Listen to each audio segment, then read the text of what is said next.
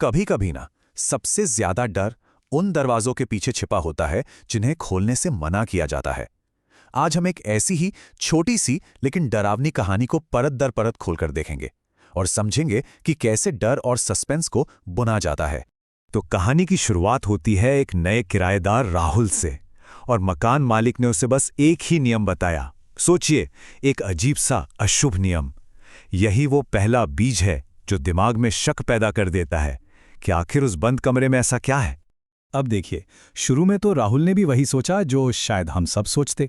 उसने इस चेतावनी पर ज्यादा ध्यान नहीं दिया और कोई सीधी साधी वजह ढूंढने लगा कि भाई शायद कोई स्टोर रूम होगा, पुराना सामान रखा होगा। एक पल के लिए हमें भी लगता है कि हाँ, सब नॉर्मल है। लेकिन जैसा कि डरावनी कहानियों में अक्सर होता है, ये जो नॉर्मल होने का एहसास है ना, ये अब टूटने वाला है।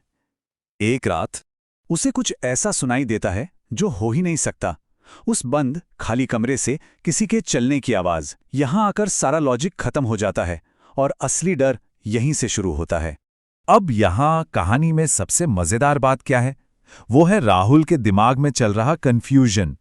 एक तरफ वो आवाजें हैं और दूसरी तरफ वो सच है जो वो जानता है कि ऊपर तो कोई रहता ही नहीं है। दोनों बातें आपस में मेल नहीं खा रहीं और बस इसी उलझन से टेंशन बढ़ता जाता है। और फिर डर के बावजूद राहुल फैसला करता है कि वो जाकर देखेगा। सीढ़ियों पर उसका हर एक कदम सस्पेंस को और बढ़ा रहा है। ऊपर से दरवाजा हल्का सा खुला है, मानो जैसे कोई उसे अंदर आने का इशारा कर रहा हो। वो हिम्मत करके दरवाजा पूरा खोलता है और देखता है कि अंदर कुछ भी नहीं, कमरा बिल्कुल खाली। ये एक ऐसा पल है जहां राहुल के साथ साथ हमारा भी दिल बैठ जाता है। अरे, तो क्या ये सब वहम था? पर कहानी यहां खत्म नहीं होती। ठीक उसी पल जब वो उस खाली कमरे को देख रहा होता है, उसके बिल्कुल पीछे से एक आवाज आती है। ये वो पल है जहां डर अपनी सबसे ऊंची सतह पर पहुंच जाता है।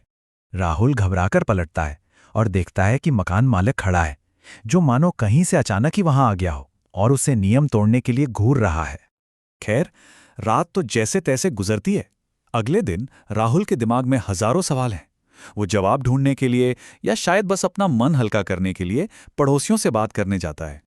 और बस यहीं कहानी का आखिरी और सबसे चौंकाने वाला मोड़ सामने आता है। एक ऐसी खबर जो राहुल की पिछली रात की पूरी सच्चाई को हिलाकर रख देगी। तो आप देखिए, हमारे सामने दो अलग अलग हकीकतें हैं।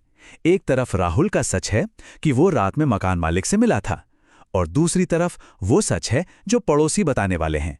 तो असली हकीकत कौन सी है? पड़ोसी बताते हैं कि मकान मालिक जिस आदमी से राहुल पिछली रात मिला था, उसकी तो 5 साल पहले ही मौत हो चुकी है। और बस यहीं ये कहानी हमें एक बहुत ही डरावने और अनसुलझे सवाल के साथ अकेला छोड़ देती है। अगर मकान मालिक को मरे हुए 5 साल हो गए हैं, तो फिर उस रात उस खाली कमरे के बाहर राहुल किससे मिला था? या वो क्या था